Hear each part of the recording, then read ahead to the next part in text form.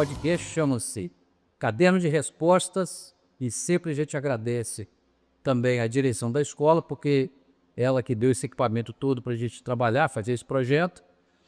Temos alguns vídeos no Buarque Web TV e no Spotify tem lá Caderno de Respostas, tem lá os podcasts que nós fizemos aqui com vários temas, educação, meio ambiente, coleta seletiva de lixo, né? Nós fizemos todo esse tema, né? Já tratado num pouco tempo do podcast existe. E hoje a gente está trazendo aqui o Clodoaldo e Stephanie, que são do NAPS, Núcleo de Apoio Pedagógico à Educação Especial. Isso aí, nós vamos falar hoje sobre educação especial. É a mesma coisa que educação inclusiva? Não. Educação especial é uma modalidade de ensino e quando a gente pensa na educação inclusiva, nós pensamos nas políticas públicas que envolvem, né, as ações de atendimento, de busca de suporte para as pessoas em situação de deficiência.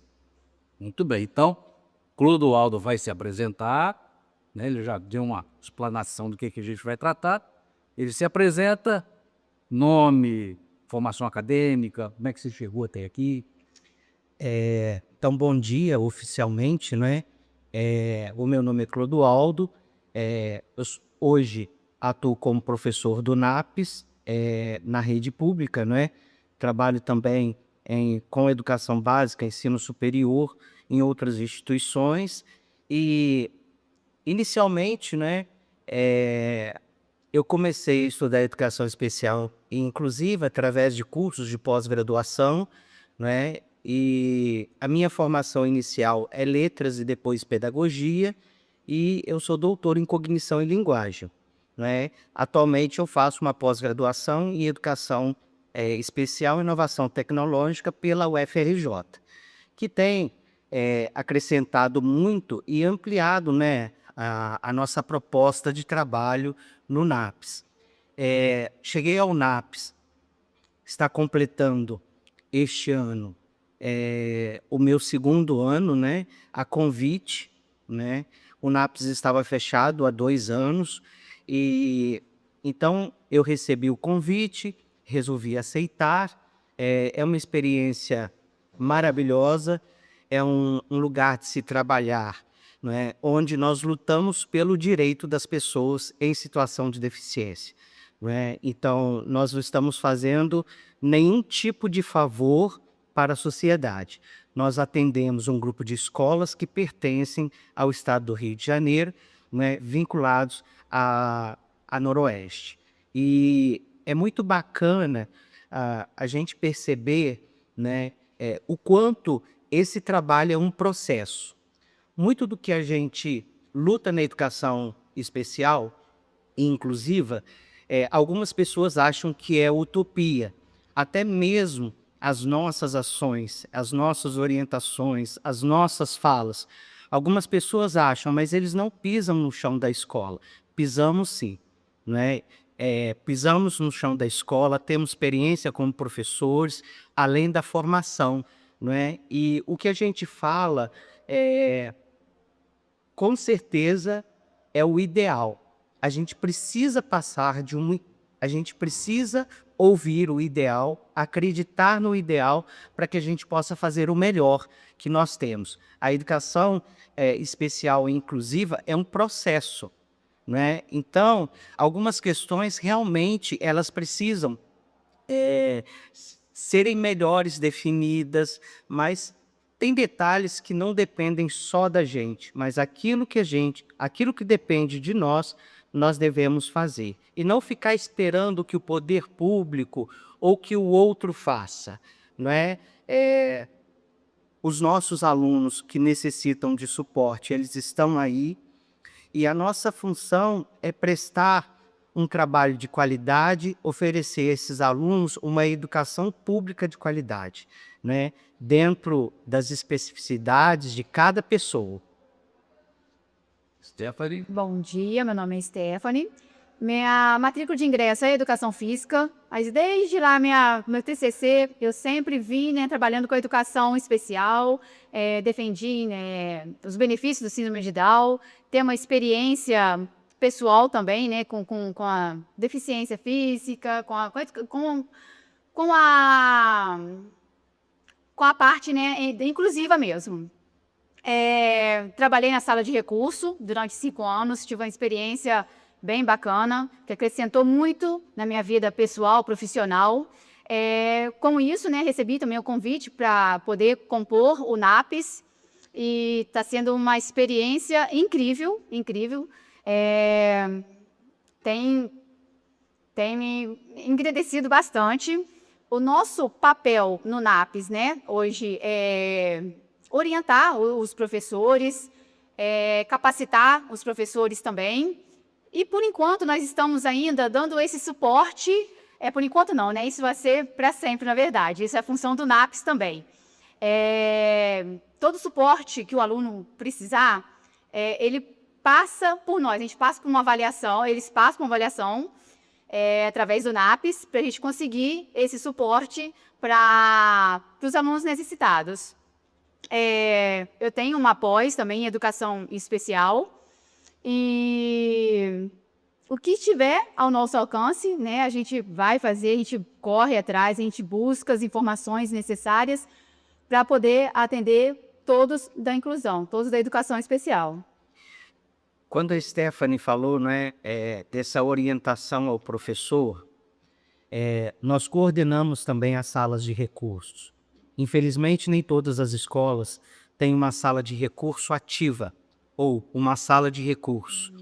Mas dentre os suportes que o Estado nos oferece, o maior suporte é a sala de recurso. A escola que tem uma sala de recurso com um professor especializado, ela sai na frente. Ela ganha muito, né, no atendimento pedagógico a esses alunos. E então nós lidamos também com essa coordenação de sala de recursos. Nós vamos às escolas, fazemos avaliação pedagógica, nós levamos orientação para o coordenador pedagógico, para o diretor, se for o caso, né? E se for o caso também para a família, mas a nossa principal função é atender este aluno, que é o sujeito mais envolvido nesse processo, né? Nós não vamos trazer resultados imediatos, né? Cada pessoa é única, então não existe uma receita que nós vamos aplicar para todos os alunos, todos os estudantes nessa situação. Contudo, nós vamos percebendo as características de cada um, e a gente vai fazendo aquilo que a gente pode, aquilo que a gente consegue pelos recursos, né, que hoje nós recebemos do Estado, que a gente chama de suporte. Nós não temos ainda a figura do mediador, né? Muitos alunos chegam com o laudo, né, com orientação também para o mediador. Nós não temos esse profissional ainda nas escolas. Nós temos o professor articulador, nós temos o cuidador, nós temos o ledor e nós temos o intérprete. Esses suportes, eles são para os alunos com qualquer tipo de deficiência, transtornos e também altas habilidades, né? E aí, geralmente, o cuidador ele vai ficar por conta da pessoa que tem dificuldade de locomoção, higiene e alimentação. Esse profissional, ele não vai para a sala de aula, ele não acompanha o aluno dentro da sala de aula. Uma vez que ele está ali para poder atender esse aluno dentro da necessidade dele, dentro dessas categorias que nós colocamos aí, né? Temos uma grande expectativa com a chegada do mediador, Na né? verdade, é profissional de apoio, né? Que já está no estudo, é profissional de apoio. que já tem um estudo de caso em andamento, não está, né, 100% ainda fechado, mas acredito que até o meio do ano já está tudo solucionado. Aí vem um profissional de apoio que vai ser bem próximo ao mediador. Ele vai poder dar todo um suporte pedagógico também.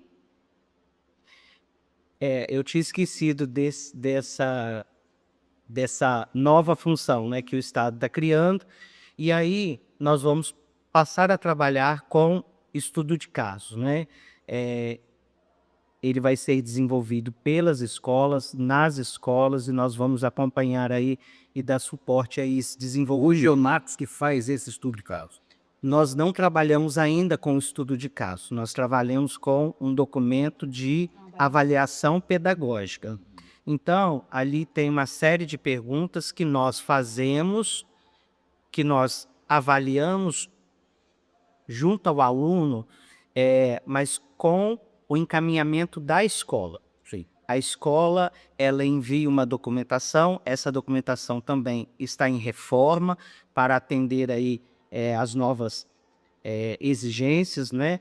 E a escola envia para o setor na regional, e aí nós recebemos esses documentos. Não é? Quando é caso de sala de recurso apenas, e aí essa documentação pode ser enviada diretamente para nós. Né? Quando exige um suporte de um cuidador, de um ledor, de um intérprete, aí primeiro passa, né, pela regional, e esse documento chega até nós e a gente procura atender o mais rápido possível. Uhum. Né? Alguns casos realmente são casos urgentes, outros casos, às vezes fica um caso e outro com uma pendência dentro de um certo tempo, porque às vezes a gente não consegue, a gente vai uma vez, 2 vezes, 3 vezes, e às vezes a gente não consegue encontrar esse aluno na escola. Né? Esses alunos também, eles têm uma fragilidade na saúde física, além da saúde emocional. Então, às vezes a gente vai, ele não está, ou ele acabou de ir embora, mas a gente persiste para não deixar esse processo aberto, esse atendimento sem ser prestado. Né? Então, a gente trabalha em parcerias, né? Não, é um trabalho em rede, na verdade.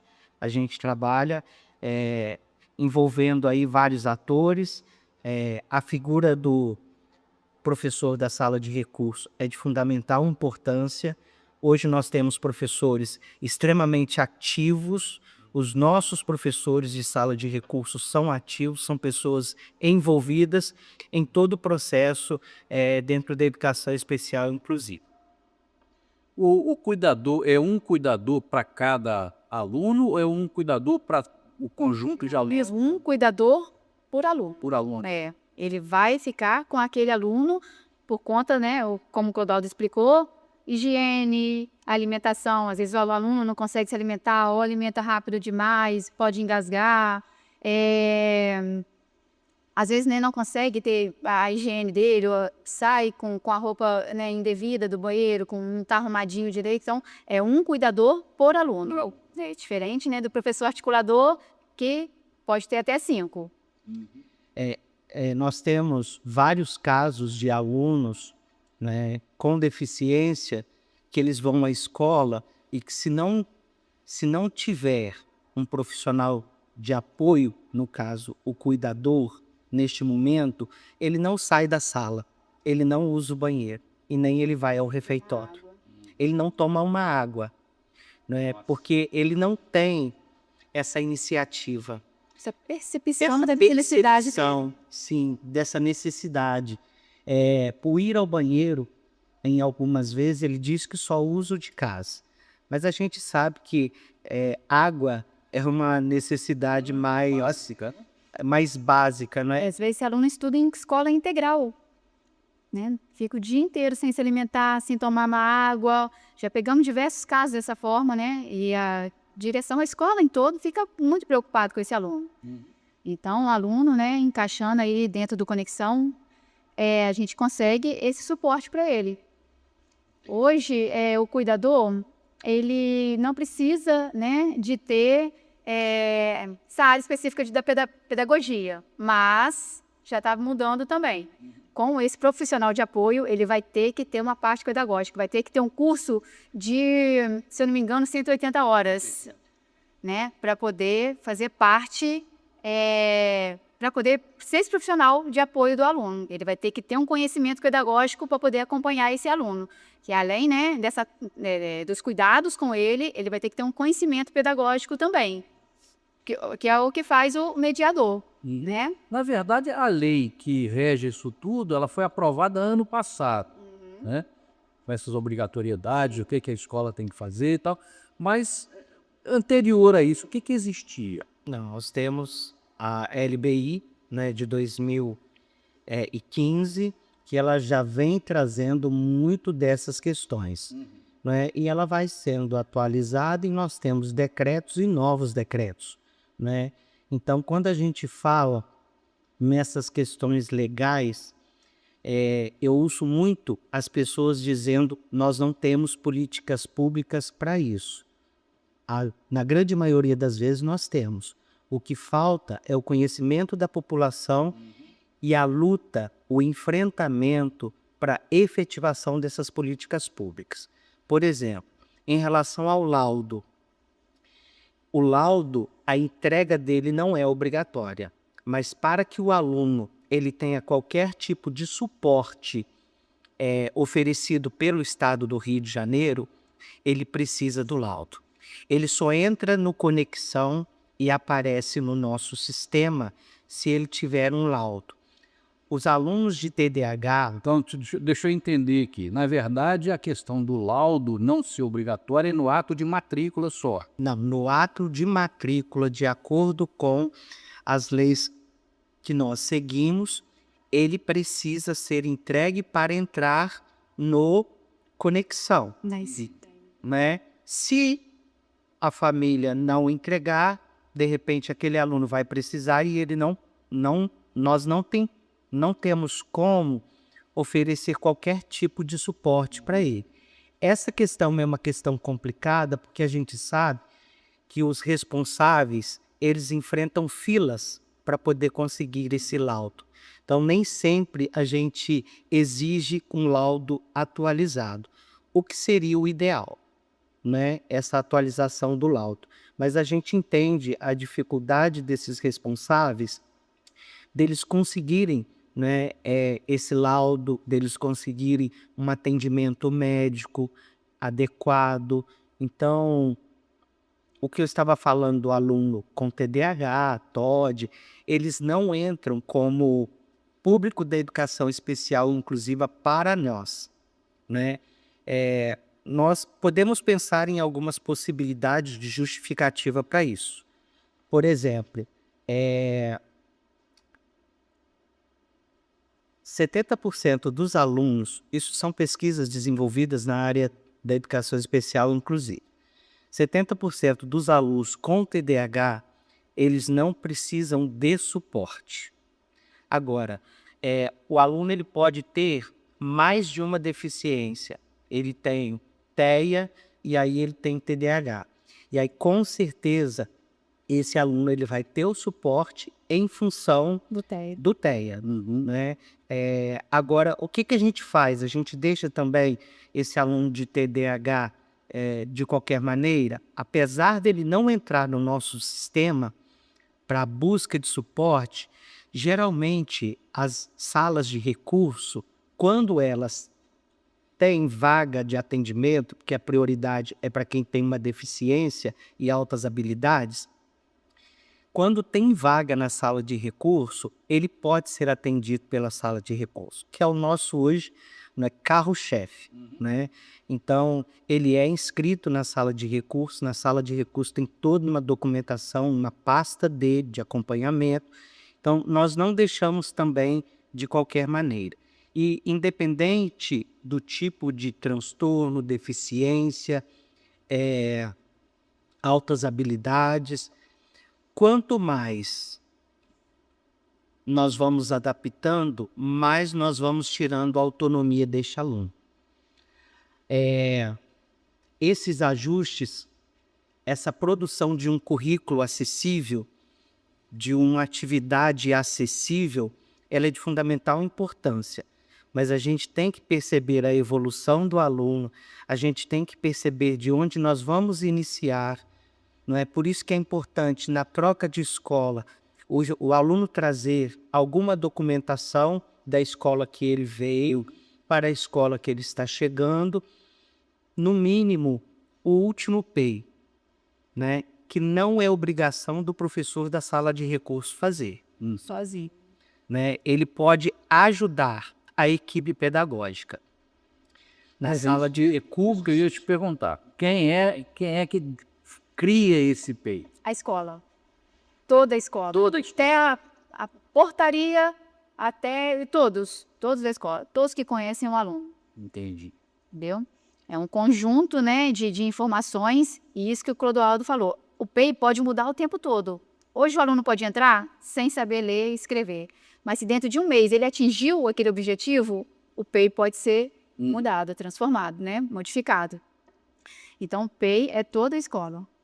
Cada um tem uma informação, né, para poder acrescentar ali no PEI. Mas aí quem é que vai fazer essa modificação? A mesma equipe? Uma equipe, o tempo todo, né? O tempo todo tem a mudança. De repente ele não conseguia ir ao banheiro, agora ele já consegue. Não conseguia atingir uma determinada, né,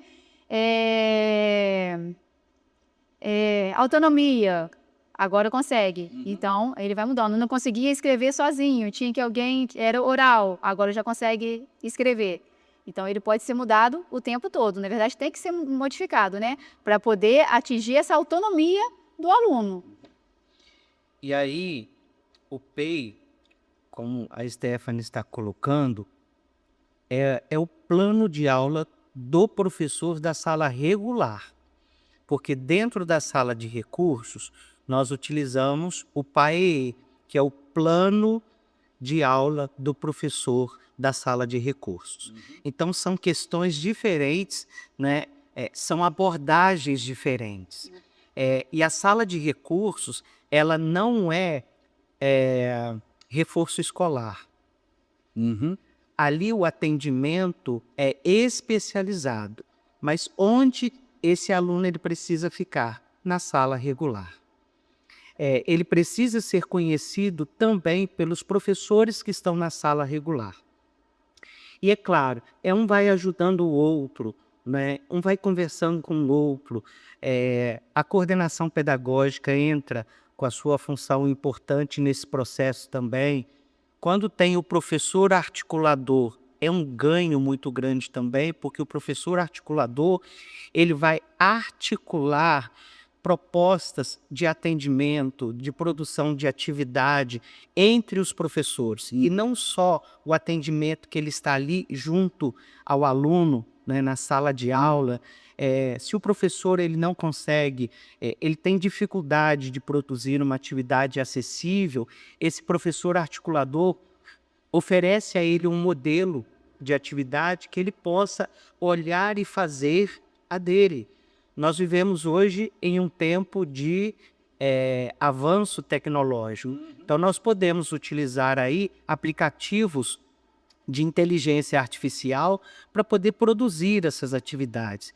E, por outro lado, nós temos essas atividades, nós encontramos essas atividades prontas.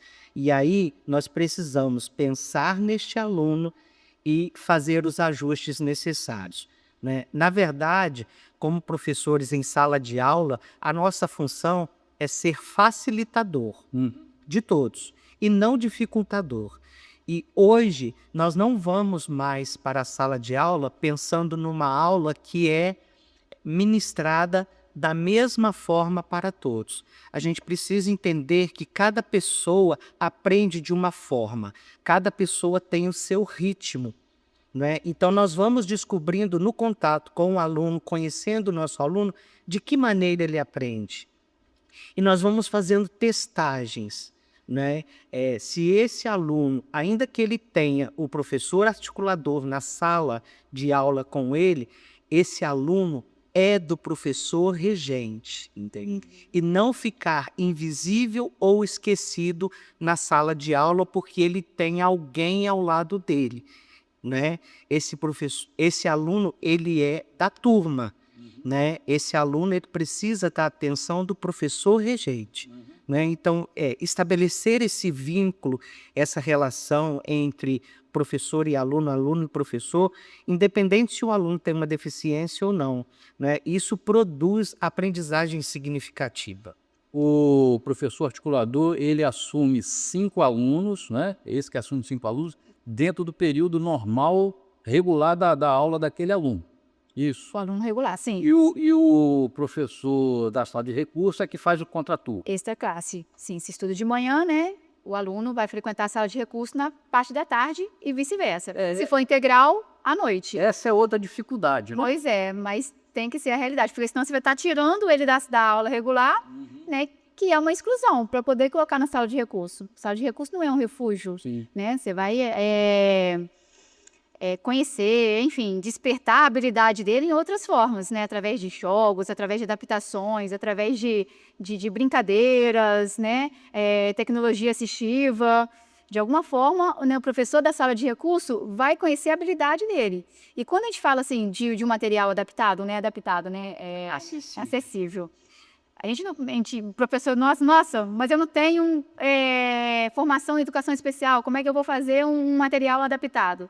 Às vezes, adaptar é você diminuir o quantitativo de questões, diminuir o anunciado, colocar de múltipla, né, escolha, e linguagem simples, ter a percepção da necessidade daquele aluno. Igual hoje, se eu tirar o meu óculos, eu não consigo ler. Então, isso aqui é uma adaptação para mim, né? São pequenos gestos que a gente faz, que a gente percebe, essa percepção com o aluno, é que traz a diferença para ele.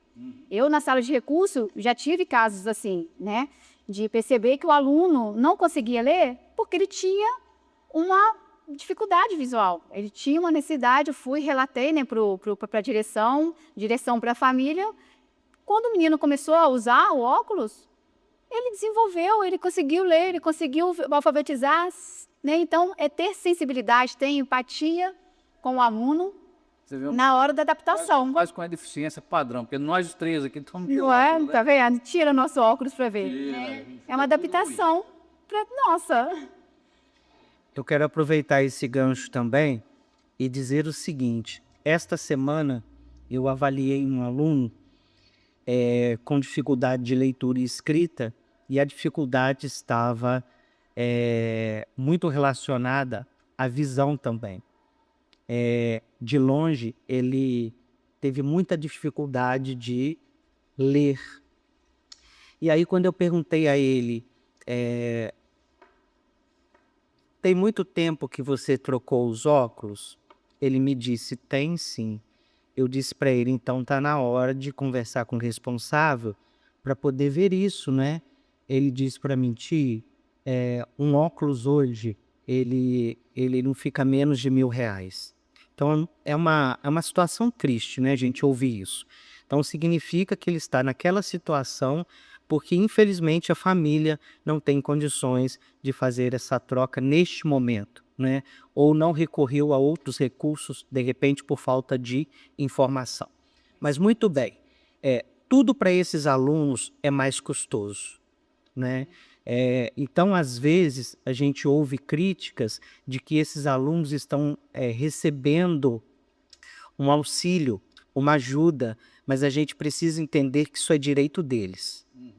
Se está sendo aplicado de forma leviana ou de forma correta, isso não cabe a nós. Exatamente. Nós temos que celebrar o direito deles, levando em consideração que tudo para eles é mais custoso. E nós temos casos que nós atendemos de escolas, escola de roça, que o aluno ele precisa de determinados medicamentos, terapias. É isso aí, que um corredor de escola. E que ainda que o recurso que ele recebe não é suficiente. E que ele espera meses a chegada de um medicamento que ele precisa tomar diariamente e nem sempre esse medicamento ele vem com facilidade, né? E tantas outras questões que ele depende e que de repente a família não tem condições de atender. Muitas das vezes essas mães elas não podem sair para trabalhar. Primeiro porque para ter direito a esse auxílio precisa manter, né, uma certa renda. Então fica parecendo que elas não podem trabalhar, elas não podem ter uma renda melhor. Algumas já estão entendendo e desenvolvendo um trabalho de casa ou trabalhando home office, né? Agora, é muito triste porque tem famílias, em especial nessas escolas, que não têm condições de trazer o filho a Itaperuna para poder fazer uma terapia. Não tem condições de pagar uma condução, né? Então, isso é muito triste a gente ouvir isso e a gente fica pensando, né, de que maneira a gente pode ajudar, de que maneira... Algumas questões realmente fogem da nossa realidade, mas o que a gente pode fazer, a gente deve lutar, a gente deve informar, a gente deve perguntar, pedir informações a profissionais específicos que atuam nesta área, para que alguma ação seja feita para poder atender esses alunos e essas famílias, né? De maneira que essas pessoas não sejam refém de um sistema, não é? E a escola, como é que ela atuaria com um aluno desse, uma família dessa? Ela tem uma autonomia para fazer isso? Ela pode, por exemplo, acionar o poder público para poder exigir, ou acionar a justiça para exigir do poder público que ele faça com que esse aluno consiga chegar a Itaperuna, ou mesmo em outra localidade, para fazer o tratamento e tal? Olha, a escola ela faz os encaminhamentos, geralmente oferece as orientações, né, à família, mas necessariamente quem tem que tomar essa posição é a família, né? A gente conhece escolas que o professor da sala de recurso, ele de alguma maneira ele consegue atender esse aluno, ainda que ele não esteja na escola, né? Agora, contudo, a escola orienta, não é? Agora, a escola ela não tem, digamos assim, eu não sei se condição seria a melhor palavra, Autonomia, na né? verdade, Essa né? autonomia. A autonomia que nós temos é de lutar por suporte dentro dos suportes que nós temos na rede. Quando identificado, né? Acho que foi essa pergunta, essa necessidade do aluno, é isso que o Clodoaldo falou. A gente vai o tempo todo ficar em cima da família, que é a família que tem que levar o aluno ao médico, tem que, né, buscar o suporte externo primeiro, para depois vir, né, com o laudo, tudo direitinho, para que a gente possa conseguir o suporte dentro da escola. Porque no caso da escola, ela dá o cuidado para que a transversalidade funcione, né, que o aluno tenha todos os recursos necessários dentro da instituição. Da instituição, exatamente. Quando notado, né, necessidade, a escola vai sim ficar em cima da família. Olha, ele precisa, né, um oftalmo, ele precisa de um psicólogo, né, de uma terapia, vai ficar em cima da família e a família, né, a parte externa dela, porque a educação inclusiva, né, a educação especial, enfim, o aluno ele precisa de um conjunto de tratamento, foi a palavra, de atendimentos, não é? Porque só a escola não vai conseguir fazer com que esse aluno evolua. Ele vai precisar a parte pedagógica, a terapia, né, a família junto também. Então, esse tripé que vai ajudar no desenvolvimento do aluno. E por isso que a educação especial inclusiva ela é transversal. Nós somos, digamos assim, parte, né, desse processo. E a gente trabalha, digamos assim, aliados às outras partes, né? Nós não somos uma equipe como NAPES, nós não somos uma equipe multidisciplinar. né? Apesar das nossas formações específicas, nós prestamos um atendimento educacional e não um atendimento que esse aluno poderia ter numa clínica.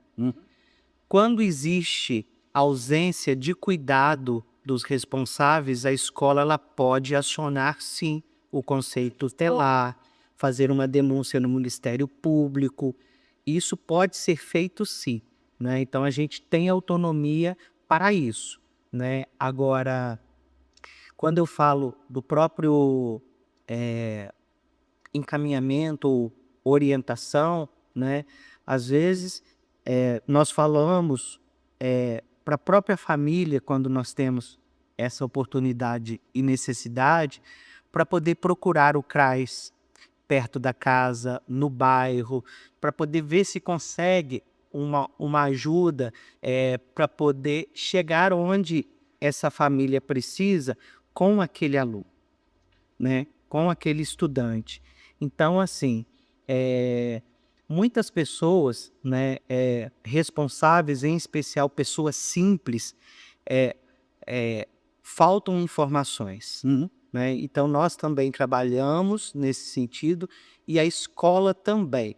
Por exemplo, quando nós temos alunos alunos de educação especial inclusiva, que estão caminhando no ensino médio, né? Assim como a gente pensa que nem todas as pessoas vão fazer uma faculdade, nem todos eles vão fazer uma faculdade, nem todos eles vão fazer o Enem, né?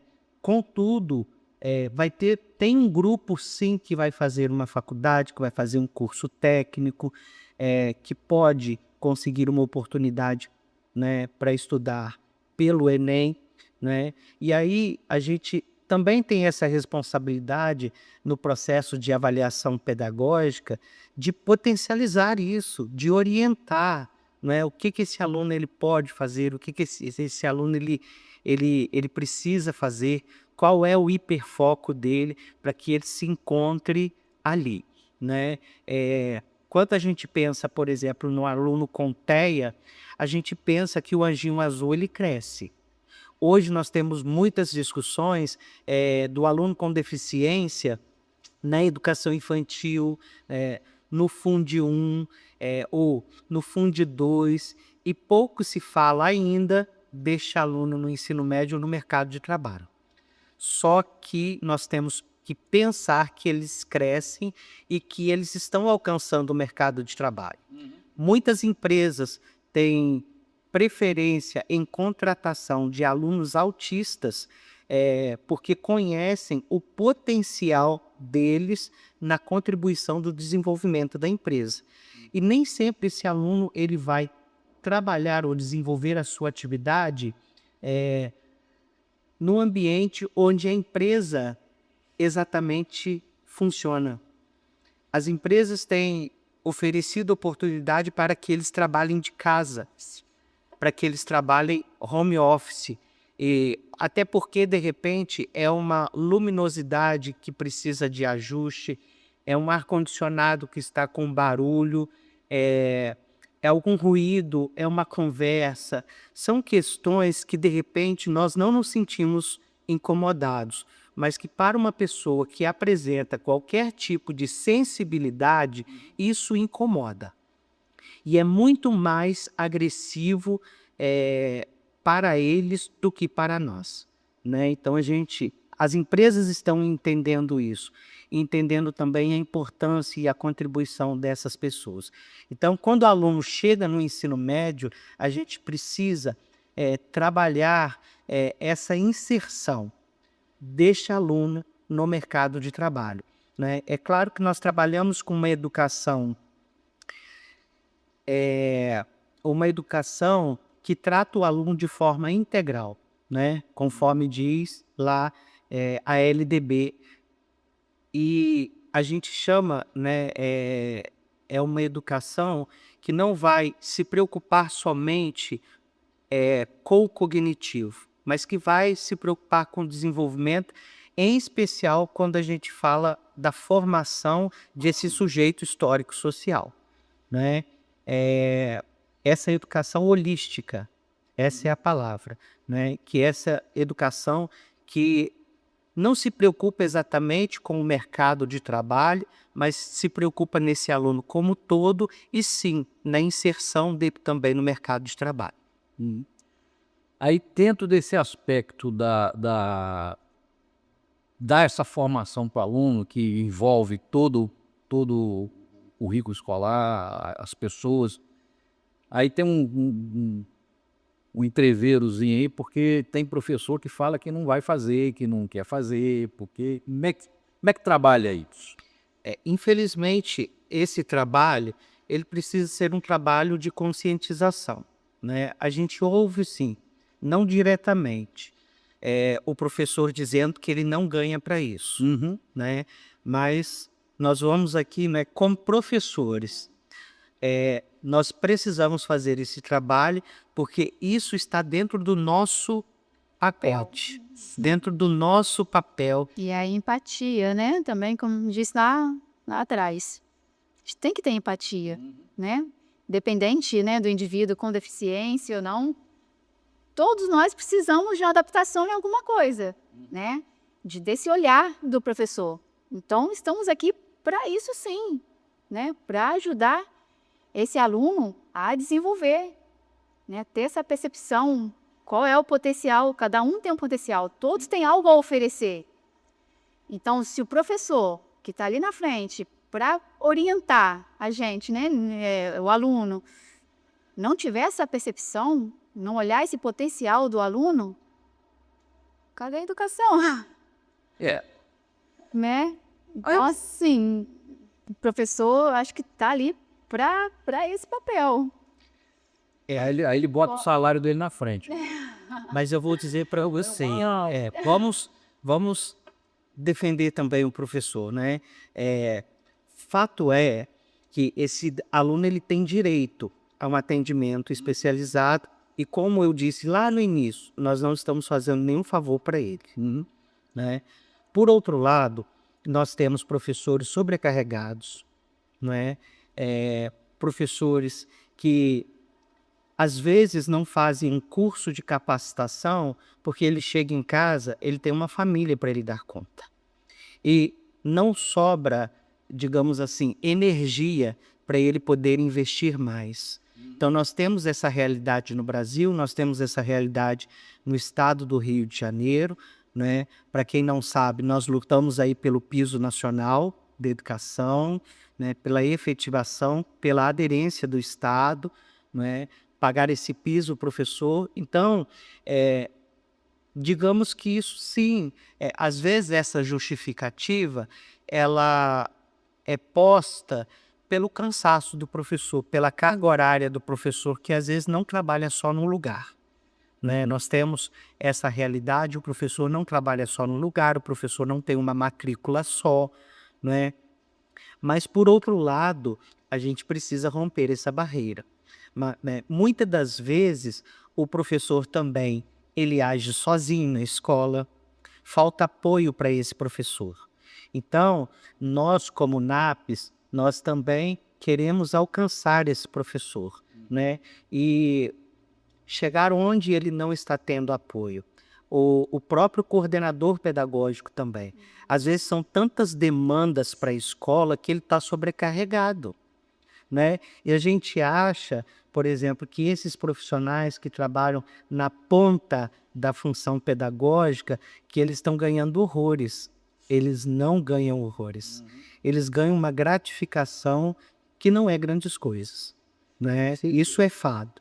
Então, a gente observa essas realidades. O coordenador pedagógico sobrecarregado, o orientador educacional, o professor, né?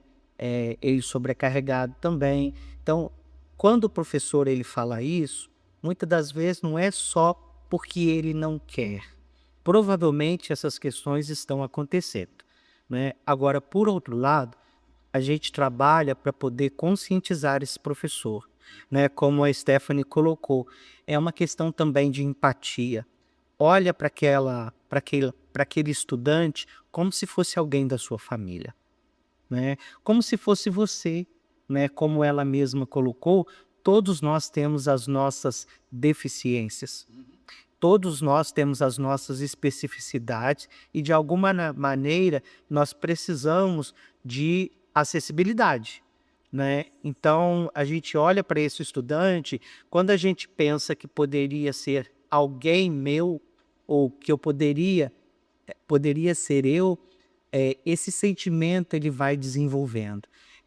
A gente faz educação especial inclusiva não necessariamente pelo dinheiro que a gente ganha, apesar dele ser importante, mas a gente faz também porque nós amamos, né, aquilo que nós fazemos e lutamos pela vida dessas pessoas, pelo reconhecimento, pela autonomia, né, pela socialização dessas pessoas. Então, isso é de fundamental importância. E dentre outras coisas, né? E acreditamos no potencial de todos eles. E se, por exemplo, tudo andar conforme a legislação, a escola atender todos os requisitos, tudo bonitinho, certinho, e mesmo assim o aluno não evoluir? Existe a possibilidade dele trabalhar em outra função, em outra escola? Olha, o aluno, independente da deficiência, ele vai evoluir. Não existe essa que ele não aprende. Não existe essa que ele não pode. Nós, como sociedade, nós temos que lutar para romper, por exemplo, uma grande barreira que é a barreira atitudinal. Às vezes a gente fica tão preocupado de que as escolas tenham rampas, como se rampa fosse o único meio de acesso que esse aluno precisa para a educação. Quanto, na verdade, a primeira barreira que esse aluno ele luta são as barreiras atitudinais. Essa é a pior barreira, né? Então, nós temos que olhar para as nossas atitudes diante desse aluno. A escola precisa estar preparada para receber esses alunos e não o contrário, né? O aluno se preparar para poder vir para a escola. Antigamente era assim, né? Quando existiam as classes especiais. Nós acreditamos no que Vygotsky diz, que todos nós aprendemos por meio da mediação. E esse aluno, ele precisa estar numa turma diversificada para que ele possa ser mediado e para que ele possa mediar, porque ele também tem uma contribuição. Quer dizer, o próprio aluno pode mediar o Sim. colega. E ele vai desenvolver, sim, assim, de repente ele não vai conseguir chegar a um patamar do coleguinha, mas dentro, né, da dificuldade que ele tem, do aprendizado dele, ele vai desenvolver, né? Ele vai desenvolver de alguma forma. Se ele não conseguir, né, repetindo, se ele não conseguir escrever letra A, ele vai conseguir. De repente ele não consiga escrever, mas ele vai reconhecer. Então, assim, um desenvolvimento ele vai ter, um crescimento ele vai ter, dentro, né, da realidade dele, né, da deficiência dele. De repente um aluno, né, semana passada nós estávamos no Rio, uma formação lá do TICS Letramento, que é uma tecnologia assistiva. Ele é desenvolvido para pessoas com paralisia cerebral, que tem uma unidade. É uma prancheta, acho que o Buarque recebeu. Né? Então, nós vamos dar formação, né, para a utilização desse equipamento. Que eu tive para a Lourdinha lá na sala de recursos, olhei aqui e falei assim, ó... Não, só vai ter formação, né? Estamos lá aprendendo para poder repassar para vocês. É um material bem bacana mesmo. Bacana. Pessoas que utilizam esse material, eles têm, a grande maioria, né, ele foi produzido para isso. Tem uma mobilidade muito reduzida. Às vezes, uns só piscam, né? Então, aquele aluno conseguir piscar para poder conhecer a letra A, que antes ele não conseguia fazer, já é um desenvolvimento dentro da realidade dele. Então, de alguma forma, ele vai desenvolver. Tá, mas, por exemplo, na verdade, o que eu quis dizer foi um aluno, por exemplo, que precise da APAE, por exemplo. Ótima pergunta. Esse aluno, que ele precisa da PAI, ele deve continuar frequentando a PAI.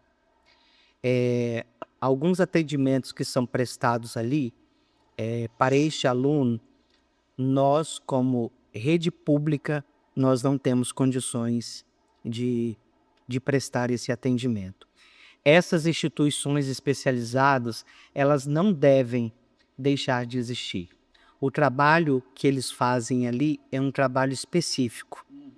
E que, de repente, nós não conseguimos fazer esse trabalho. Vai além da parte pedagógica. Vai além da parte pedagógica, e ainda assim o pedagógico deles é um pedagógico muito bom, é um pedagógico excelente para o atendimento desses alunos. Alguns alunos, eles estão na escola regular e eles são atendidos pela PAI. E existe aquele aluno que tem esse atendimento escolar exclusivo na PAI. Eu já ouvi de uma aluna, de uma estudante, pedindo a responsável para estudar na PAI, porque ela queria ter contato com as pessoas que tinham a mesma deficiência dela. E ela disse para a mãe, eu vou ser muito mais feliz na PAI. E aí a gente celebra, né, a existência e permanência, por exemplo, da PAI de Itaperuna, né, que presta um atendimento belíssimo, né, um atendimento humanizado para esses estudantes, né, e que nós não conseguimos alcançar, às vezes, o que eles conseguem. Né? Fato a prioridade, estes alunos, eles precisam estar na turma regular, mas nem sempre isso é uma realidade para todos desse grupo de educação especial e inclusiva. Então, quando eu ouço vão fechar as APAES, né, aquilo me dá uma grande tristeza. E graças a Deus isso ainda não aconteceu. Houve ou tem um movimento para isso, né? Houve um movimento para isso, particularmente eu não tenho detalhes, mas isso, digamos assim, o movimento ele não avançou muito, porque existe toda uma compreensão do papel das APAES hoje, no desenvolvimento deste aluno. Os nossos documentos que regem a educação especial e inclusiva, eles permitem esse tipo, eles entendem a importância desse tipo de atendimento, né? Então, nós não podemos negar esse atendimento e o quanto esses alunos desenvolvem lá também, né? Particularmente, eu já tive o privilégio de trabalhar um projeto de iniciação científica de uma faculdade da cidade, né, dentro da PAI. E eu fiquei encantado. Encantado com os alunos, com a receptividade, com a equipe, com os professores. E aí foi uma experiência única, né? Sabemos que eles lutam, né, dependendo de ajuda, de recursos, mas o espaço extremamente organizado, extremamente limpo e acessível. Eu já fiz um trabalho com eles vários. É muito bacana, muito bem delineado com os profissionais.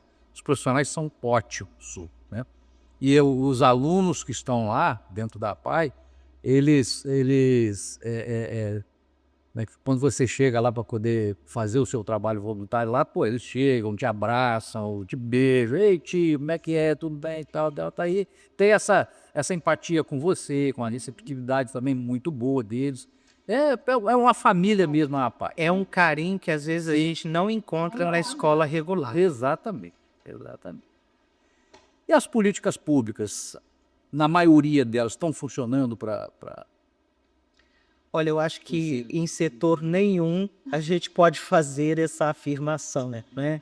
Elas existem e nós, como sociedade, a gente precisa lutar pela efetivação delas. Esse problema não é só das famílias, dos alunos de educação especial e inclusiva. Esse problema não é só das escolas, dos NAPs, da Secretaria de Educação. Esse problema é nosso. E nós temos que lutar pela efetivação dessas políticas. Nós precisamos nos apropriar dessas políticas, nós precisamos conhecer essas políticas para que a gente entre nesse conjunto, para que a gente possa lutar, né, e celebrar as conquistas que nós já temos, que esses grupos alcançam, e aí não olhar, por exemplo, para uma conquista de uma pessoa em situação de deficiência como se fosse uma superação. Olhar como superação é achar que essa pessoa é inferior. Isso é capacitismo. É quando eu olho para essa pessoa com um olhar de preconceito. Ainda que eu não queira, essas pessoas, elas não superam, elas conquistam. Dentro daquilo que elas conseguem alcançar, né? Como a Stephanie colocou, né?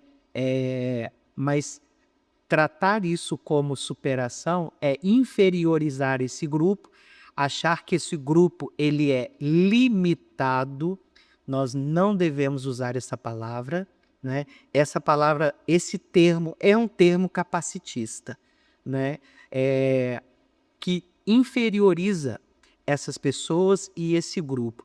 Eles avançam sim, eles aprendem sim e eles podem, mas nós precisamos, como professores, como escola, acreditar e trabalhar junto com a família, porque a escola sozinha, ela não consegue os resultados que essa pessoa precisa. Muitas das vezes essas pessoas, esses estudantes, estão esquecidos dentro da própria família. Às vezes a família é chamada à escola e essa família não comparece, né? Comparece num momento oportuno para eles, né? E aí esse estudante, ele precisa, como qualquer outro estudante, dessa parceria entre família e escola para o desenvolvimento dele. Muito bom, falamos tudo? Né? Falou tudo? Acho que sim. Tudo muito pouco. Estou contemplado. Ai, tá bom. Deixa o seu recado aí, final.